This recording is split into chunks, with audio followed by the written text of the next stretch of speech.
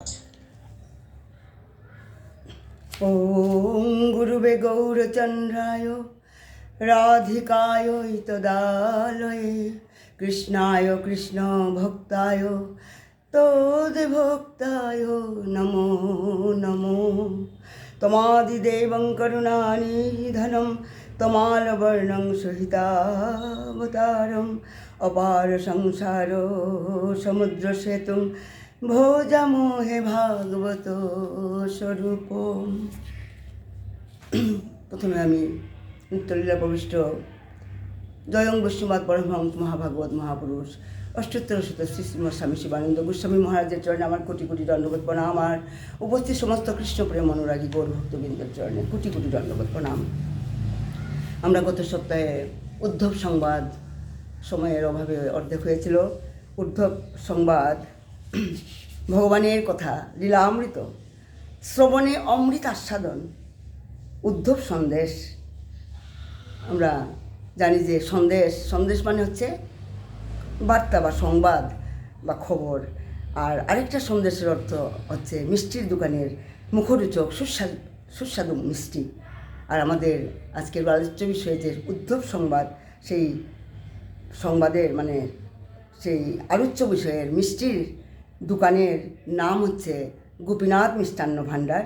কারিগর হচ্ছেন শ্রীমতী রাধারানী, বিক্রেতা হচ্ছে গোপীরা, আর ক্রেতা হচ্ছে উদ্ধব। আর মূল্য হচ্ছে সেই মিষ্টিটার দাম হচ্ছে লালসা, আর আস্বাদক হচ্ছে শ্রবণ এবং কীর্তনকারী ভক্তগণ। ভক্তরা হচ্ছে আস্বাদক। আর সেই সংবাদ কিসের সংবাদ? যে ব্রজের ভগবান শ্রীকৃষ্ণ বৃন্দাবন ত্যাগ করে এসেছিলেন 2-3 দিন পরে ফিরবেন বলে, কিন্তু তিনি 100 বছর ফিরে যান নাই। তাই তিনি চিন্তা করলেন যে কৃষ্ণের বিরহে ব্রজবাসীরা মানে অত্যন্ত কাতর, আর ভগবান শ্রীকৃষ্ণ ব্রজ বিরহে ব্রজজনের কাতরতা ভেবে অত্যন্ত মর্মাহত, আরও বেশি মর্মাহত।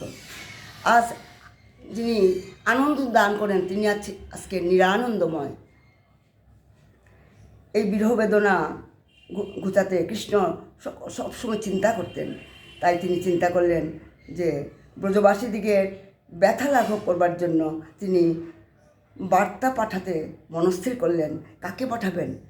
তাই একমাত্র যোগ্যতম ব্যক্তি হচ্ছে কৃষ্ণ প্রিয়তম দিগের শিরোমণি উদ্ধব, যিনি যদুবংশে দেবভাগের পুত্র, যিনি সাক্ষাৎ দেবগুরু বৃহস্পতির শিষ্য, অগাধ পাণ্ডিত্য, যাদবগণের শ্রদ্ধার পাত্র। আর শ্রীকৃষ্ণের তিনি দেখতেও ঠিক কৃষ্ণেরই মতো। আর কাজেই শ্রীকৃষ্ণের প্রতিনিধি রূপে কোথাও যেতে হলে তিনিই একমাত্র যোগ্য। আরও একটা কারণ আছে। ভগবান ভাবলেন উদ্ধবের বৃন্দাবন দর্শন অত্যন্ত প্রয়োজন, দর্শন করা প্রয়োজন। কারণ ব্রজ দর্শন না হলে ভক্ত জীবনের চরম সার্থকতা আসে না। ব্রজের বাইরে উদ্ধবের মতো কৃষ্ণ ভক্ত আর নেই। তথাপি ব্রজের প্রেমভক্তির তুলনায় উদ্ধব যে কত ক্ষুদ্র। যদিও উদ্ধবের অগাধ পাণ্ডিত্য, তিনি দেবগুরু বৃহস্পতির যোগ্য শিষ্য, তাই তবু তার মানে ব্রজবাসীদিগের বৃন্দাবনবাসীদের প্রেমভক্তির তুলনায় উদ্ধব যে কতটা ক্ষুদ্র সেটা উদ্ধবের জানা দরকার। আর তার মাধ্যমে মানে জগৎবাসীও জানতে পারবে। এজন্য মথুরার চক্ষে ব্রজদর্শন। এই বৃন্দাবনের মাধুর্য আর মথুরার ঐশ্বর্য দুইটারই পৃথক ভাব, রসের আস্বাদনও ভিন্ন ভিন্ন। সেজন্য একই স্থানে বসে দুই রসের মর্যাদা রক্ষা করা রসরাজের পক্ষে সম্ভব নয়। এখানে রসরাজকে ভগবান শ্রীকৃষ্ণ। তাই তিনি উদ্ধবকে পাঠানোর জন্য, বৃন্দাবনে পাঠানোর জন্য মনস্থির করলেন, জ্ঞানী ভক্তকে প্রেমী ভক্ত বানানোর জন্য। আর বৃন্দাবন থেকে মথুরার দূরত্ব, স্থানগত দূরত্ব অত্যন্ত অল্প, খুবই অল্প, কিন্তু ভাবগত দূরত্ব অনেক। মানে তাই ভগবান গোবিন্দ উদ্ধবের হাত ধরে ছল নেত্রে গদগদভাবে বললেন, গচ্ছ উদ্ধব ব্রজ সৌম্য পিতৃর্ণ পিতা প্রীতিমা বহ গোপীনাং মধ্যেও গাবিং মৎস্য ছন্দসৈ বিমোচয় গচ্ছ উদ্ধব। উদ্ধব, তুমি ব্রজে যাও, গচ্ছ, তুমি ব্রজে যাও, আমার পিতামাতার একটু সুখ দাও, প্রীতিবিধান করো, তাদের অন্তর যে কোনো প্রকারে একটা সুখ বিধান করো, সুখের বিধান করো। আর গোপীদের হৃদয় ভরা তীব্র পীড়া, মানে আমার বিরহে গোপীদের মনে যে তীব্র বেদনা, তীব্র পীড়া, সেটা আমার সংবাদ দিয়ে তাদের সেই পীড়া দূর করো। কারণ ব্রজবাসীরা হচ্ছে আমার প্রাণ, তাদেরকে ছেড়ে আমি মথুরায় এসেছি।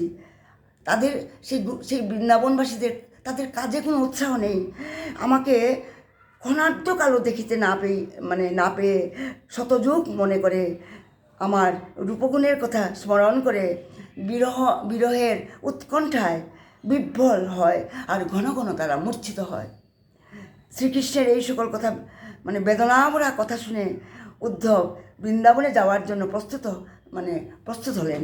আর ভগবান শ্রীকৃষ্ণ কি বললেন যে আমি যন্ত্র তুমি যন্ত্রী। আমার মনে আছে ছোটোবেলায় আমার বাবা খুব শুনতো ওই গানটা, আমি যন্ত্র তুমি যন্ত্রী, আমি ঘর তুমি ঘরণী, আরে তোমার কর্ম তুমি করো মা, লোকে বলে, এরকম একটা আছে, আমি করি। হ্যাঁ, তো বলছে যে তুমি হচ্ছ তো আমি যন্ত্র। হ্যাঁ, কৃষ্ণকে বললেন, উদ্ধব বললেন আমি যন্ত্র আর তুমি হচ্ছ যন্ত্রী। তারপর শ্রীকৃষ্ণ তিনি নিজের হাতে উদ্ধবকে নিজের পোশাক ভূষণ পুষ্পমালা সাজিয়ে দিলেন। সেজন্য উদ্ধবের মনে আজ পরম আনন্দ। উদ্ধব বৃন্দাবনে ভাবলেন হেঁটেই যাবেন, বেশি তো দূরত্ব নয়, কিন্তু তিনি শ্রীকৃষ্ণের ইচ্ছায় রথে চড়ে যেতে মনস্থির করলেন, সম্মত হলেন। সুসজ্জিত রথ আসলো আর ভগবান শ্রীকৃষ্ণ সেই রথের পাশাপাশি হাঁটছেন। আর শ্রীকৃষ্ণ উদ্ধবকে নির্দেশ দিচ্ছেন এই যে বৃন্দাবনে যাওয়ার দুটা রাস্তা, দুই পথে বৃন্দাবনে যাওয়া যায়, তবে আমার কথা মতো তুমি প্রথমে কিছুটা পথ যমুনার তীর ধরে যাবে, তারপর তীর্থরাজ ব্রহ্মরথকে তুমি দক্ষিণে রেখে কিছু দূর গেলেই তুমি অন্য ভিক্ষাস্থলী দেখবে, সেখানে রথ থামাবে আর সে প্রণাম করবে। তারপর আস্তে আস্তে তুমি নন্দীশ্বর পর্বতের কাছে যাবে, সেখানে আমার সখারা, আমার গোপবালকরা, আমার সখারা সেখানে মনের সুখে গোচারণ এবং খেলাধুলা করছে, আর তারা ভাবছে আমি তাদের সঙ্গে আছি। তারা ভাবছে আমি তাদের সঙ্গে আছি, তুমি তাদের দেখতে পাবে। তারপর তুমি ব্রজেশ্বরের ভবনে গিয়ে নন্দভবনে যাবে, ব্রজেশ্বরের ভবনে যাবে, তার চরণ ধরে বলবে কৃষ্ণ তোমায় প্রণাম করছে। এই কথা বলতে বলতে যশোদা নন্দনের চক্ষে অশ্রুধারা বইতে লাগলো। তারপরে বহু কষ্টে ধৈর্য ধরে ভগবান শ্রীকৃষ্ণ বললেন, গ্রীষ্মকালে সূর্যের তাপে সরোবরের জল শুকিয়ে যায়, যদিও শুকিয়ে যায় সরোবরের জল, কুর্মগুলি কোনো রকমে কী করে কাদার তলায় আশ্রয় নিয়ে বাঁচতে থাকে। তেমনি আমার বিরহতাপে গোপীরা গোপী সরোবরের জল একেবারে শুষ্ক হয়ে গেছে। তাদের প্রাণরূপ কর্ম কোনো রকমে বেঁচে আছে, কেন তারা প্রাণটা ত্যাগ করতে পারছে না? কারণ আমি কথা দিয়েছিলাম আমি আসবো, তাই আমার অপেক্ষায় তারা নিজের প্রাণটাও ত্যাগ করতে পারছে না। এটাই হচ্ছে প্রেম, এটাই হচ্ছে ভালোবাসা। এই আশা যে ভগবান আসবে, আমাদের কানা আসবে, আমাদের গোবিন্দ আসবে, এই আশায় তারা প্রাণটাকে রক্ষা করে তারা কোনো রকমে বেঁচে আছে। এই কথা বলতে বলতে ভগবান শ্রীকৃষ্ণ আবার চোখের জলে বুক ভাসিয়ে দিলেন গোপীনাথ, আর দাঁড়িয়ে পড়লেন, কোনো কথা বলতে পারলেন না, চুপ হয়ে গেলেন। উদ্ধব কৃষ্ণের চোখের জলে ধৌত বদনখানি দেখে সহ্য করতে পারলেন না, ধীরে ধীরে রথের উপর উঠে বসলেন আর রথ চালাতে লাগলেন বৃন্দাবনের দিকে। উদ্ধব মনে মনে ভাবলেন, যাদের জন্য কৃষ্ণের এমন ব্যাকুলতা, না জানি তারা কত প্রেমবান, তাদের জীবন কত সার্থক, তারা কত ভাগ্যবান। আমি কি তাদের সান্ত্বনা দিতে পারবো? যে দায়িত্ব নিয়ে আমি যাচ্ছি বৃন্দাবনে, আমি কি তাদেরকে সান্ত্বনা দিতে পারবো? সে সামর্থ্য কি আমার আছে? উদ্ধব বারে বারে পিছন ফিরে ফিরে দেখলেন ক্রন্দনরত দণ্ডায়মান কৃষ্ণের দিকে। আজ আমার গোবিন্দ, যিনি এ বিশ্ব ব্রহ্মাণ্ডের মালিক, তিনি আজ তার নয়ন থেকে অশ্রু বিসর্জন হচ্ছে। ব্রজের অভিমুখে মথুরানাথ সজল নয়নে দাঁড়িয়ে আছে। তিনি সেখানে, কৃষ্ণ সেখানে দাঁড়িয়ে তাকিয়েই আছেন সেই রথটার দিকে, বৃন্দাবনের দিকে তাকিয়ে দাঁড়িয়ে আছেন। যতক্ষণ উদ্ধবের রথের ধ্বজা দেখা যায়, ইচ্ছা হয় ছুটে যান তিনি উদ্ধবের সঙ্গে, কিন্তু পারেন না। ইচ্ছা করলে তো তিনি চলে যেতে পারতেন, কিন্তু পারছেন না। কেন? কারণ নীতির শক্ত বাঁধন ছিঁড়তে পারেন না তিনি। কারণ তিনি তো এখন মথুরাধীশ, তিনি এখন একটা সম্রাট, তার অনেক দায়িত্ব। তিনি দ্বন্দ্বাতীত, ভগবান তো দ্বন্দ্বাতীত, দ্বন্দ্বের অতীত। যিনি দ্বন্দ্বাতীত, আজ তারই মনে দ্বন্দ্ব। যিনি সুখাতীত, তিনিই আজ সুখে অভিভূত, সুখে আজ ব্যাকুল। পূর্ণানন্দের বিলাপ, তিনি তো পূর্ণ ব্রহ্ম, তার পূর্ণানন্দের বিলাপ। ভগবানের ভক্ত বিরহ, ভক্তের বিরহে আজ আমার গোবিন্দ আজ বিলাপ করছেন। ইহাই মাধুর্য রসের অতি ঘন মূর্তি। আর ব্রজজীবনের বিরহে ব্রজের সৌন্দর্য আজ মলিন। ভক্ত উদ্ধবকে এই দৃশ্য না দেখাবার জন্য ব্রজেন্দ্রনাথ যুগমায়া দেবীর সাহায্যে ব্রজের সৌন্দর্য সুষমা উদ্ধবকে দর্শন করালেন। আজ উদ্ধবের জীবন সার্থক। আজ উদ্ধব আজ অনেক খুশি। যারা ভগবানের দাস, তাদের জীবন ধন্য হয়ে যায় প্রভুর সেবা করার সুযোগ পেয়ে। আর সেবা করতে পেয়ে উদ্ধব ভাবছে আমার জীবন সার্থক। আর শুধু সেবা নয়, প্রভুর আদেশ নিয়ে যাচ্ছে। তাতে আবার ব্রজবাসীগণের দর্শন লাভ। উদ্ধব বৃন্দাবনে যাবার পথে দুধারে নানা কুঞ্জ গুষ্ঠ কানন পুষ্প শোভা দেখতে দেখতে চলছেন। আর ধেনুবৎসগণকে সঙ্গে নিয়ে গুষ্ঠ ফেরত রাখাল বালকগণ যখন বিকেল হয়ে এসেছিল, তারা ধেনু চড়িয়ে, চরণ পাহাড় থেকে ধেনু চড়িয়ে তারা ফিরে আসছিল বৃন্দাবনের দিকে। তাই রাখাল বালকরা বনখেলা শেষ করে সিংহাবেনু বাজাতে বাজাতে ব্রজে ফিরছিল। আর আনন্দে ভরে গেল উদ্ধবের মন। গোধূলিবেলার উদ্ধবের রথ এসে থামলো নন্দালয়ের সম্মুখে। কাউকে একবার জিজ্ঞেস করেছিল উদ্ধব যে নন্দভবনটা কোথায়? আর একটা ব্রজবালক, একটা গোপবালক বলেছিল, এই যে একটা নালা দেখতে পাচ্ছ, এই নালার পাশে দিয়ে যাও তোমার রথকে। যেখানে নালাটা শেষ হবে সেটাই হচ্ছে নন্দভবন। কারণ সেই নালাটা সৃষ্টি হয়েছিল যশোদা মা আর নন্দ বাবার চোখের জলে। 100 বছর তারা চোখের জল ফেলেছিল, যাতে সেই নন্দভবনের মধ্যে একটা সরু ছোট্ট একটা নালার মতো হয়েছিল। সেই নালাটা বাইরে চলে এসেছিল।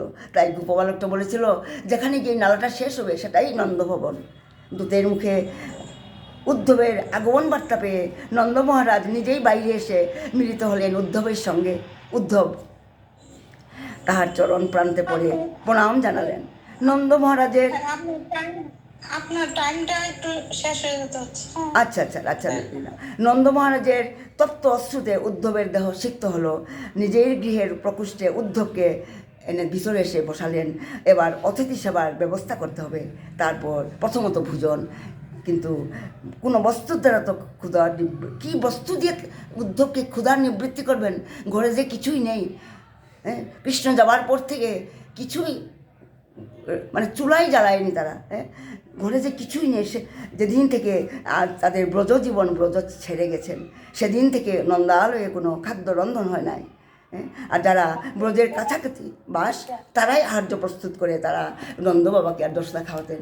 আজ আমি এখানেই বিরাম দিচ্ছি। নিতাই গৌ সীতানাথ প্রেমানন্দে হরি হরি বল, হরি হরি বল। জয় শিবানন্দ বাবা কি জয়। হে কৃষ্ণ গোবিন্দ হরে মুরারি, হে নাথ নারায়ণ বাসুদেব, হে কৃষ্ণ গোবিন্দ হরে মুরারি, হে নাথ নারায়ণ বাসুদেব। আমার প্রণাম, আমার ভুল ত্রুটি মাঝে প্রণাম, সবাই প্রণাম। জয় শিবানন্দ বাবা। প্রণাম প্রণাম। এখন চৈতন্য